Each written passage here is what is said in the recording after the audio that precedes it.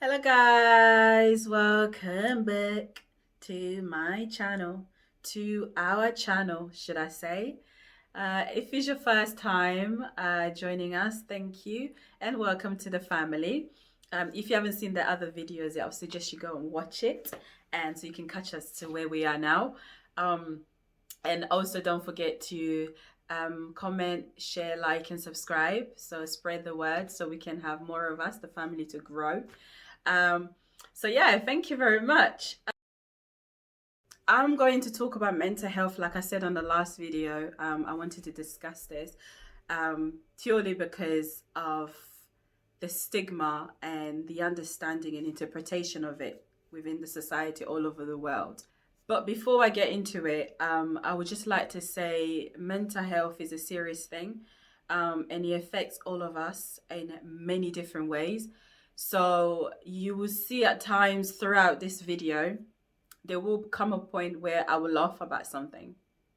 It's not to say that it's funny.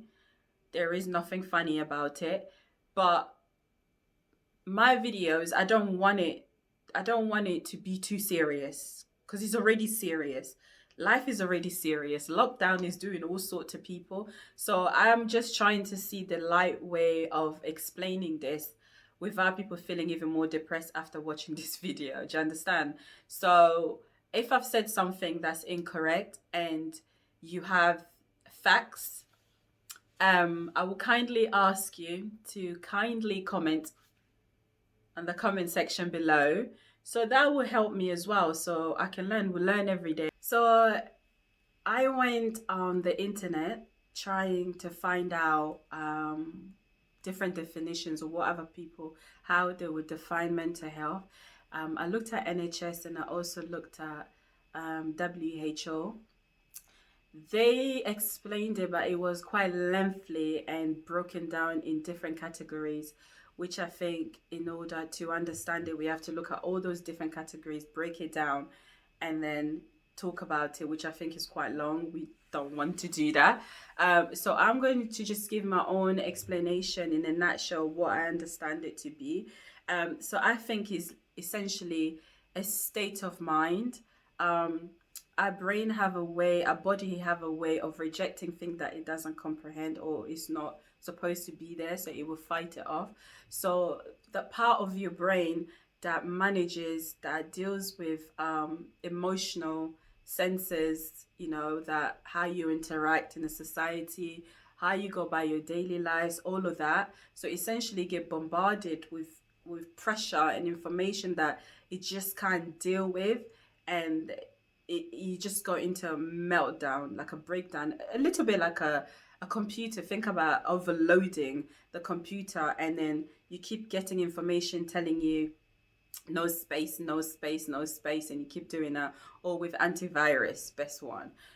It keeps telling you you need to update it and you don't do it, and eventually it will crash. So the same thing with the mind. So that part of it literally just goes down. So that's the best way to understand mental health. There's nothing crazy about it. I'll tell you one little funny story. It was funny to me at the time. So before doing this video, I was just trying to reach out to a friend of mine. I've known him so long. We go way back, like school days, John Kelly days. Any John Kelly's girls, boys out there? Hi. Anyway, so I said, "Oh, would you like to take part?" And then he's like, "No." And then I went, "Why not?" He goes, "Cause I ain't got it, mate." And I went, "What? You ain't... Yeah." I was like, "You ain't got what?" He ain't got. He goes, "I ain't got it. Do I look like I got it? I'm not in those. I'm not in one of those institutions places." So that made me actually clock and say, "Wow, we going about it all wrong," you know. People don't talk about it. It's not because they don't want to talk about it. It's because of the word itself that's been used. It's been used and understood so badly that people just don't want to look at it. And it's quite sad. So I'm just going to talk to one of my colleagues. Hi, Cynthia. Thank you for joining us virtually. to give us your opinion. So, what I wanted to know is, what is your understanding of mental health? I believe mental health is how people cope with stress, how they cope with anxiety, how they feel about their well-being and their mental state. Do you think people in your community, that being the Nigerian community, understand and share the same understanding about mental health? I think for my community, just like every other community, even if there wasn't an awareness of mental health, I believe that it's an awareness that is being understood better than it has ever been. I believe even communities where mental health was never discussed or never a topic or taken seriously, I believe that we are getting to that point where it is now being discussed, it is now being taken seriously, and hopefully people are doing things about it to help those who are experiencing it. I would say in my community, people do understand what mental health is, and there are now a lot of resources and help out there to help people and guide them through their mental health and well-being. So, have you experienced it yourself? Have you experienced mental health? I definitely can say that I have gone through depression and gone through issues with my mental health. Definitely the past year and a half or so, with the pandemic and with a lot of things going on globally, it definitely has affected me, and I have seen myself recoiling. I've seen myself not enjoying doing anything in life. I've seen myself actually researching to seek help. I've sought the help, and it has the help I've gotten has made things better for me. So definitely, I would say I have gone through depression and mental health issues, and it's something I feel like is probably still lingering because things are not fully resolved. But I am getting there. I do know a couple of people who have experienced depression and mental health issues far worse than I have. And I've tried to be there for them at times when I've been strong and they haven't been. And, generally speaking, the way you can help anyone facing any mental health issues, just checking in constantly on them, helping them find the help that they need, talking to them and treating them normally as if nothing's wrong. You don't treat them as if there's something medically wrong with them, because that would just make them feel even more aware of their situation. So treating them normally but discussing it openly and helping them get the help that they need, checking on them frequently, and just making them know that they have people around them. So with people who I personally know that have experienced this, that's those were things I did to, help their situation and just be there for them. Thank you very much, Cynthia. I appreciate it. Take care of yourself. So, like you can see there, Cynthia has literally broken down her understanding of it and her experience of people around her that's went through mental health. As you can see, she's looking like a normal person, you know. So that's what I'm saying. Is not something that you can visually see. It's something within you, something that's bugging you. So if you're feeling down, it does not make you a weak person. Congolese community, especially for guys, speaking about your feeling is a no. It's not something that is expected of a man. You are told to be strong. If you act out of what is supposed to be strong or a man, you are seen as weak. They will even say oza oza esprit faible, you know.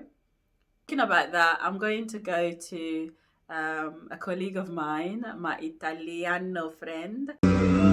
So, Vinny, what do you think about this stigma placed in the society? Do you think is the cause of most guys not going out there and talking about it, or what's your stance on that? Mental health stigmas are, a big kind of conversation at the moment in, the news. Um, men kind of the suicide rate, is kind of going up. Is there ways that men can talk a bit more? The problem with men is they're proud people. They don't want to show any sort of emotion. Any sort of kind of a negative part on them. It takes even myself a lot to kind of open up about kind of how I'm feeling. Um, there was a time in my life where I had to talk, I had to open up, and there's that famous old saying, "A problem shared is a problem halved." And in my particular case, it was the case. I did share my problem to somebody. Just so happens that they were able to help me with my situation, and it made my life buckets better. I couldn't think of a way of getting out of that particular situation. And for me to be able to just talk about it, like what hundreds of thousands of people in the country who could just talk. I think that is the main thing. There is some people just think there is nobody to talk to about it. There's no one's going to be able to make me feel better. But sometimes a simple thing like that can make all of a difference. Men's suicide rate at the moment is it is going up. It is going up. COVID is obviously making it worse as well in regards to obviously people's mental health. Feeling trapped in your own home because you can't go outside because of a virus which you can't see, and you're getting told to stay at home every day. It's that's going to play on everybody. Me myself, I'm exactly the same. I've had to make myself an office in one of my bedrooms. Don't really want to do it, but we have to do these things to move forward. For me, how I deal with my kind of mental health is I've learnt to talk. I've learnt to be a bit more kind of, it's okay to kind of give away some of my manliness, as it were, because in the grand scheme of things, is it going to make my life better by doing that? Yes, it would do. And it's a great conversation to have with people, because that person who may not want to talk about it might not say that there's any problem. Somebody might hear that, and somebody might hear this and think, actually, I'll give that a go. And does it make their life different? Maybe, but at least they've tried to do something, and that's the major thing for me. It's interesting because you touched on three things there. You said men are proud, the suicide rate, and you need to talk about it. I really agree with you because the suicide rate, um, normally on a non-corona lockdown situation, it was already high because no one was talking. You just see people taking their lives away, and people not understanding. Again, in the Congolese community, someone would just will like randomly start reacting in a certain way, and automatically they blame it on dark magic. They say, oh, this child is just changed, doesn't understand, and they don't want to understand you and what you're going through, because sometimes it could be just something that's been going on for so long because you've been withheld in it. It could be something as sensitive as you was being molested as a child. You've seen something that traumatized you, death in the family, discrimination, stress from work, and it can just trigger, and your brain just an overload again, and it's like, whoa, whoa, whoa, whoa, what are you doing to me, kind of thing. And when you are in a society where you feel like you can't talk to anyone, it's very dangerous. It's very dangerous that you feel that you have to hold thing in, and you have to be strong, because I don't know what strong is. Like I said, what strong is to me is not necessarily to you, you know? So I think we need to try and learn and help one another to overcome this silent killer, and trying to understand it, and understanding that mental health does not mean you're going to be institutionalized, or you have to be in taking medication every day. If you don't take care of it, then it could lead to that. A man is a human being too. He has feelings. Why must he suppress how he feels inside? Why is that bad for him to feel down? And why can't he talk about it? So I want to go down to my friend Gloria, um, just to understand her view on it as well. Um, so 4 years ago, I didn't know what was going on, so I lost 4 people in the space of 11 months. They all had different things, and 2 of the losses affected me badly, and I didn't really know how to deal with it. And because in a community we don't really talk about mental health, so whenever I passed the bridge or anything like that, I personally just wanted to jump. And I just did. It wasn't that I wanted to kill myself, but it was just that I wanted to see what it feels like to jump. And I feel like it's such a taboo in a community that we don't talk about what it means to go through certain issues in our community or life in general. And I got to a point where I was really scared. So every time I passed the bridge, I was like, should I just jump and to see what it feels like, you know? And sometimes I start thinking maybe I want to join the people that I've lost, the people that meant a lot to me, so that I can be with them and be at peace. And I got to a point where I just thought to myself, they are angels for a reason. They are watching over us and watching over me and my family for a reason. And when I started to experience panic attack, I didn't even know that's also part of mental health. Why? Because the community don't talk about that.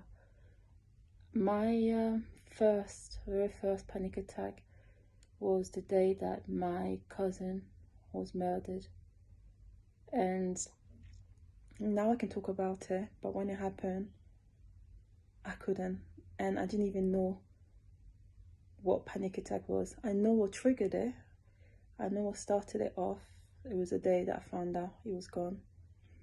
But did I know how to cope with it or deal with it or prepare myself for my next attack? No. And why is that? It's because our community like to talk about kindoki and all things like stuff like that, that we sometimes it feels like it's a shame. You can't talk about how you're feeling and what you're going through because you feel like you're just going to be judged and they're just going to tell you that it's uncle so and so, because it's in our community it's so quick to find an uncle or granddad or distant cousin to blame for the stuff that we're going through. Now I've had to deal with it myself, and I know how to prepare myself whenever I have an attack, and it's part of my life now. And what keeps me going is I know all the angels are there watching over me, and today I know that I can openly discuss what mental health is, and I feel like we as a community, we all need to talk about it. I wouldn't say that I was depressed. Why is that? Because I didn't even know what is the definition of being depressed. I didn't even understand what depression is, you know. I knew I had my panic attacks, yeah, but did I put 2 and 2 together? Why? Because we don't discuss it enough. We don't talk about it enough. I had that because at one point work became so stressful and then my personal life played part. And you know, with us Congolese, we're Africans, we always supporting someone somehow back home. And with the salary you get, you look at it and you're like, oh my gosh, how am I gonna cope? And at work, you just seem to not grasping it, and then you feel like no matter what you're doing, nothing works. It's always like you feel like you're just doing it all wrong. So it did really get to me coming from a different industry to that. It was quite a lot. Um, and then my doctor sent me to see a therapist. First, I was like, what the hell? Like, my family didn't know what was going on. They kind of had an idea because they could see a change in my mood. Like, I didn't want to be around them. They were like, around anyone. I just wanted to be alone. My phone would ring. I'm just like, oh, I don't want to talk, kind of thing. Um, and then when I went to the therapist, I saw this old guy and I'm thinking, what's this guy gonna do? Like, you know. But throughout the sessions, I just explained to him how I was feeling. I was literally feeling like there's a dome. I'm inside this dome that I can't leave. I'm literally stuck. Um, Imagine this lockdown, but this is your house. But that one was like a clear see-through dome above me, like on me, like I can't move. And sometimes these crazy dreams I used to have, right? You guys are gonna laugh. Literally, my teeth will fall out and it turns into wood, and then it will start chasing me. So I'm like running, like my old teeth is chasing me. I think it's very important to understand what mental health essentially is and how to get help from it, because like there was a video that I saw of a young girl, her boyfriend proposed to her and she literally lost it. I thought she lost it in an exciting way, like, you know, she was, but no, she just started acting a certain way. So the Congolese would see it as, well, the African community would say, oh, is witchcraft. Someone was jealous of her and done juju on her, all these type of things. But it could be that she was going through things, and whatever, as I said, is your emotional side of things. So that did something to her. It's something that's good, but somehow it reacted different to her. Could it be a witchcraft? I don't know. I'm praying that Uncle Boris will lift up the restrictions a bit, because seriously, this is not helping. Being locked in, I know it's for a good cause, but something needs to give now, you know, just for people's mental health sake. Mental state is just out of control. I mean, I'm enjoying working from home. It's really helping. That's one thing out of this. I must say, the lockdown. Um, I feel like I'm in better mind state working wise. I feel more productive working from home. So we'll see how it goes when everything goes back to normal. Hopefully my employers are watching this and kind of looking to make it a long-term forever thing. Take care, guys. Bye.